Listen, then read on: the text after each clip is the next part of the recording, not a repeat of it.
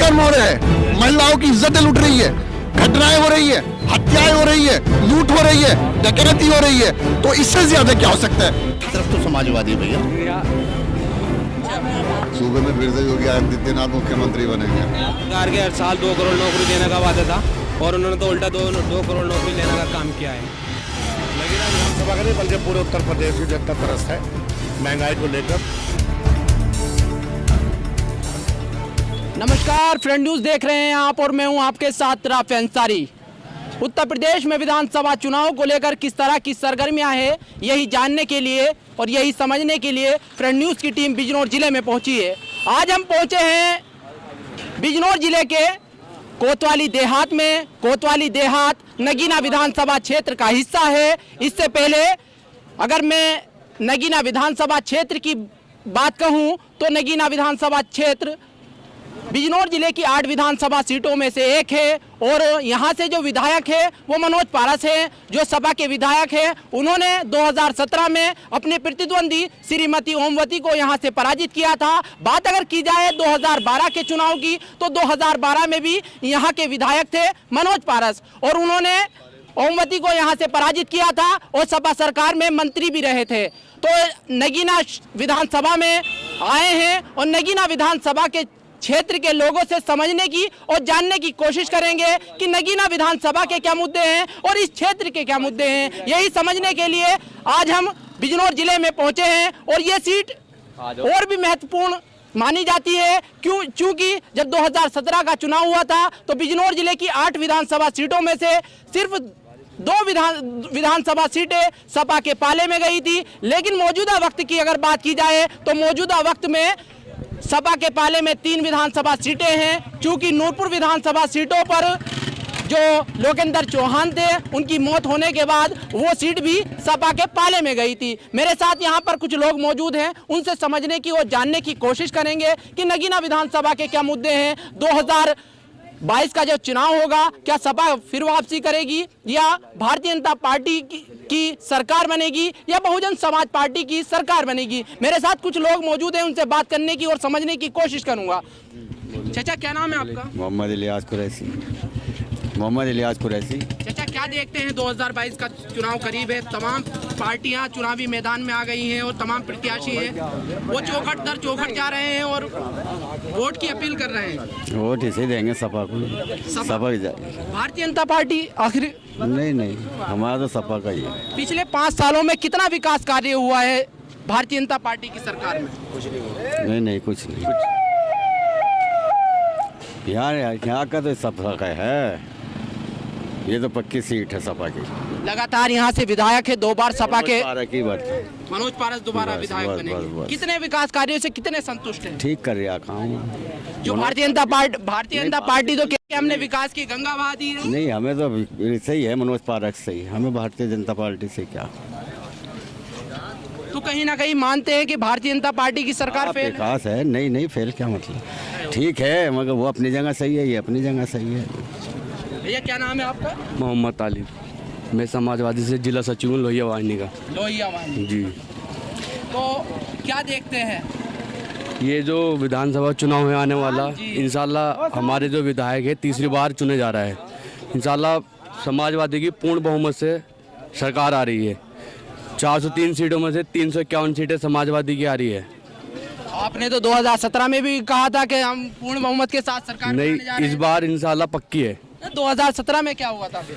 2017 में कुछ कह नहीं सकते, मशीनों में गड़बड़ी हुई क्या हुई इस चीज़ के लिए हम कुछ कह नहीं सकते, क्योंकि आने वाला जो वक्त है इंशाल्लाह ये अखिलेश भैया का है। तो अखिलेश की सरकार 5 साल रही लेकिन सरकार जनता ने नकार दिया। सारे काम तो होते नहीं है, पर इस बार इंशाल्लाह जैसे कि उम्मीद है बहुत तगड़ी लहर आ रही है समाजवादी की। उत्तर प्रदेश पश्चिम से भी, वहाँ से उधर की कई सीटें ऐसी है जहाँ से बीजेपी थी पर इस बार समाजवादी है। भारतीय जनता पार्टी तो दावा कर रही है कि वो 350 से ऊपर जा रही है। दावा तो हर पार्टी करती है, हम भी कर रहे हैं, पर इंशाल्लाह जब पोलिंग खुलेगा तो वक्त टाइम आने पे जब पता चलेगा। 15-15 लाख रुपए देंगे। क्या नाम है? मेरा नाम रईस शेख है जी। बोलो। क्या करते हैं आप? मैं खेती का काम है मेरा, काश्तकारी। 2022 के विधानसभा चुनाव को किस तरह से देखते हैं? मैं अच्छी तरह से देखते हैं। यहाँ हमारी तरफ तो समाजवादी भैया पक्की। तो क्या मनोज पारस यहाँ से हेड? बिल्कुल बिल्कुल लगाएंगे, पक्का है, पक्का 100% सरकार समाजवादी की है। नहीं, अखिलेश को उसे नहीं रोक रहा कोई, मनोज कुमार जी। मनोज पारस को कोई नहीं रोक सकता। पक्के जीतेंगे। यहाँ सरकार अखिलेश की है, विधायक मनोज पारस ही वाह रहेगा। वाह वाह। विधायक मनोज पारस ही रहेगा यहाँ। अच्छा, हाँ। चलो भाई, क्या ले रहा भारतीय हूँ जनता ये पार्टी को बताओ। किस तरह से देखते हैं? सपा भी है और AIM असदुद्दीन ओवैसी भी। उवैसी का कुछ नहीं है, उवैसी का कुछ नहीं है, यह समाजवादी है। क्या नाम है भैया आपका? मेरा मोहम्मद गुलफाम मोहम्मद गुलफाम जी। क्या देखते हैं 2022 के विधानसभा चुनाव को लेकर? समाज वाली पार्टी है समाजवादी पार्टी इंशाल्लाह। सरकार बनेगी समाजवादी पार्टी? बिल्कुल बिल्कुल पक्का एकदम। अच्छा जी। तो भारतीय जनता पार्टी आपको आखिर क्या वजह रही कि भारतीय जनता पार्टी को नकार रही है जनता? आज जो मैंने यहाँ पे लोगों ने से देखा और सुना, आखिर क्या वजह रही, क्या वजह मानते हैं? भारतीय जनता पार्टी दावा कर रही है कि हम 300 से पार जा रहे हैं। मैं ऐसा कुछ नहीं हो सकता, अब क्या समाज वाली पार्टी जीतेगी अल्लाह ने चाहा।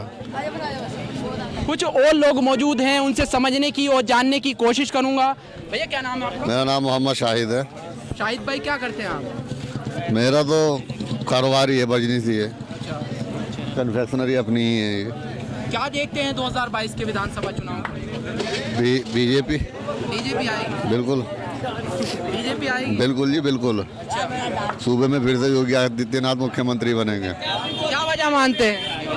उनके विकास कार्य विकास कार्य अच्छा हुआ है। हाँ बीजेपी की सरकार में? बिल्कुल। अच्छा, सपा है, बसपा है, कांग्रेस पार्टी भी खुलकर मैदान में है, तो क्या इन्हें किस तरह से देखते हैं? सब पार्टी अपना अपना काम करेगी, जनता चुनेगी जिसी भी पार्टी को चुनना है। लेकिन फिर से भारतीय जनता पार्टी की सरकार बनेगी? बिल्कुल। नगीना विधानसभा क्षेत्र को किस तरह से देखते हैं? नगीना विधानसभा क्षेत्र में कितने विकास कार्य हुए हैं? बहुत विकास कार्य हुए हैं। पिछले 10 साल से मनोज पारस जी विधायक रहे हैं यहाँ, उन्होंने भी बहुत विकास कार्य किए हैं, और भी जो कोई सरकार आएगी विकास कार्य होंगे यहाँ। क्या नाम है भैया? मोहम्मद दानिश भाई क्या करते हैं आप? बिजनेस अपना। अच्छा, किस तरह से देखते हैं 2022 के विधानसभा? 2022 में सपा सरकार पूर्ण बहुमत के साथ आएगी। अच्छा, क्या क्या मुद्दे रहने वाले हैं? युवाओं के क्या मुद्दे हैं? युवाओं के जैसे आजकल कितने बेरोजगार हो गए हैं। भाजपा सरकार के हर साल 2 करोड़ नौकरी देने का वादा था और उन्होंने तो उल्टा 2 करोड़ नौकरी लेने का काम किया है। तो इसलिए समाजवादी सरकार आएगी। अखिलेश यादव युवाओं को पूरा भरोसा दिला रहे हैं कि हमारी सरकार बनेगी तो हम युवाओं को नौकरी देंगे, जैसे अच्छी स्वास्थ्य सेवा देंगे। ये हमारे मूल मुद्दे हैं। लेकिन योगी जी तो कह रहे हैं कि उत्तर प्रदेश उत्तम प्रदेश बन गया है। नहीं। हर जो योगी सरकार ने 4.5 लाख युवाओं को रोजगार दे दिया है। ऐसा कुछ नहीं है। देखिए अभी हाल में TET की परीक्षा हुई, जितनी भी परीक्षा हो रही है वो सब लीक हो रही है, तो युवा बहुत परेशान है। तो ऐसा कुछ नहीं हो रहा है। अच्छा, कुछ नहीं हो रहा। तो बेरोजगारी पिछले 5 सालों में बढ़ी है या घटी? बहुत ज़्यादा बढ़ी है बेरोजगारी। पूरे 5 साल के अंदर तुमने देखा ही है कैसा बेरोजगार घूम रहे हैं। तो देखते हैं कि कहीं ना कहीं बदलाव होने वाला है। जी, बदलाव होने वाला। 2022 में पूर्ण बहुमत की सपा सरकार आएगी और अखिलेश यादव मुख्यमंत्री बनेंगे। और यहाँ से हमारे जो MLA हैं मनोज पारस, वो हैट्रिक लगाने जा रहे हैं और इंशाल्लाह रिकॉर्ड वोटों से वो जीतेंगे। यहाँ पर कुछ और लोग मौजूद हैं, उनसे समझने की और जानने की कोशिश करूँगा। क्या नाम है? मोहम्मद असलम। क्या देखते हैं 2022 की विधानसभा चुनाव को लेकर? हम ये देखते हैं कि बीजेपी की सरकार जो है वो हर दौर पे, हर टाइम पे विफल रही और जनता बदलाव चाहती है। आखिर किन क्या मुद्दे रहने वाले हैं नगीना विधानसभा क्षेत्र के? नगीना विधानसभा का नहीं बल्कि पूरे उत्तर प्रदेश की जनता त्रस्त है महंगाई को लेकर। गरीब आदमी का आज के टाइम में कन्ना खाना बेघर हो गया है, कन्ना खाना मुश्किल हो गया है। बच्चों की तालीम शिक्षा का मामला जो है वो ठप पड़ा है। कारोबार नाम की कोई चीज़ नहीं है, कोई किसी तरह की ग्रांट नहीं, कोई सहायता नहीं, बस महंगाई बेरोजगारी ये चरम सीमा पे है। उत्तर प्रदेश सरकार तो दावा कर रही है कि वो 300 से पार जा रहे हैं और वो इनके और उनके पास कोई मुद्दा नहीं। इसके अलावा वो यूपी की जनता को भ्रमित करना चाहते हैं और ये भ्रमित करके वो अपना काम निकालना चाहते हैं, जबकि जनता जागरूक हो चुकी है, जनता जान चुकी है, जनता परिवर्तन चाहती है। और इन 2022 में जनता अखिलेश जी को चाहती है, अखिलेश जी सरकार बनाएंगे।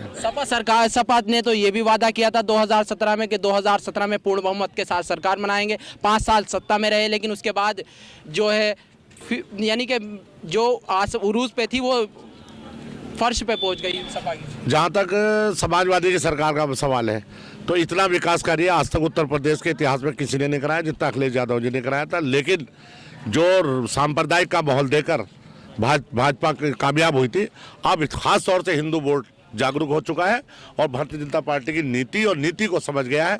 इसलिए अब हिंदू वोट समाजवादी की तरफ चल पड़ा है, तो इसलिए 2022 में समाजवादी सरकार बनेगी। तो कहीं ना कहीं देखते हैं कि बदलाव होने वाला है इंशाल्लाह।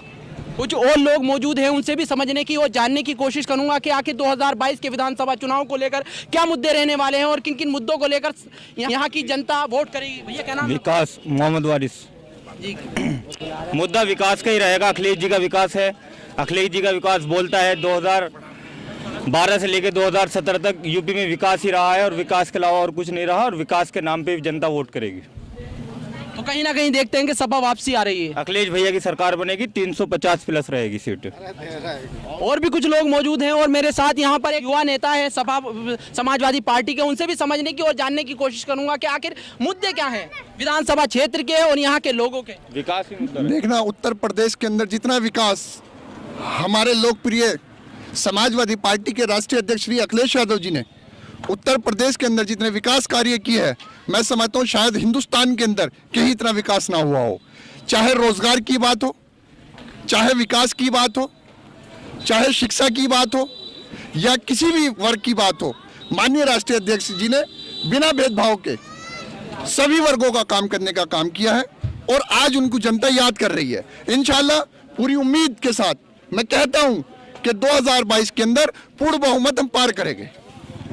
लेकिन मुद्दे क्या रहने वाले हैं? नगीना विधानसभा के क्या मुद्दे हैं? नगीना विधानसभा क्षेत्र के लोगों के क्या मुद्दे हैं? सभी के जनता याद कर रही है मुद्दे। जितने काम किए हैं उत्तर प्रदेश के अंदर अखिलेश यादव जी ने, चाहे सड़क निर्माण हो, मैं अक्सर देखता था नगीना से बिजनौर तक सड़कें टूटी हुई होती थी, आज भी है, लेकिन अखिलेश यादव जी की सरकार में सड़कों के चौड़ीकरण हो, चाहे बिजली घर हो, चाहे योगी सरकार तो कह रही है कि पहले गुंडे माफियाओं की सरकार थी और गुंडे माफियाओं पूरे उत्तर प्रदेश में आतंक मचाए रहते थे, लेकिन जब से भारतीय जनता पार्टी की सरकार बनी है तो उन्होंने गुंडे माफियाओं को या तो वो जेल की सलाखों के पीछे पहुंच गए हैं या ऊपर पहुंचा दिए गए हैं। आज ये सारी जनता देख रही है और सब जनता को पता है दुष्कर्म हो रहे हैं, महिलाओं की इज्जतें लूट रही है, घटनाएं हो रही है, हत्याएं हो रही है, लूट हो रही है, डकैती हो रही है, तो इससे ज्यादा क्या हो सकता है?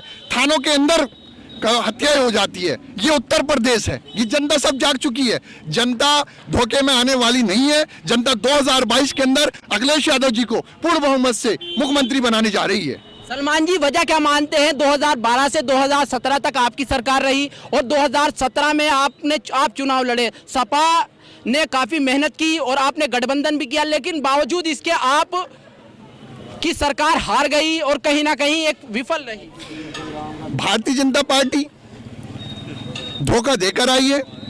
लोगों को कहा था कि आपके खाते में इतने इतने पैसे आएंगे, कुछ नहीं है, सब झूठ था। वो जनता अब जान चुकी है। अब जनता धोखे में आने वाली नहीं है।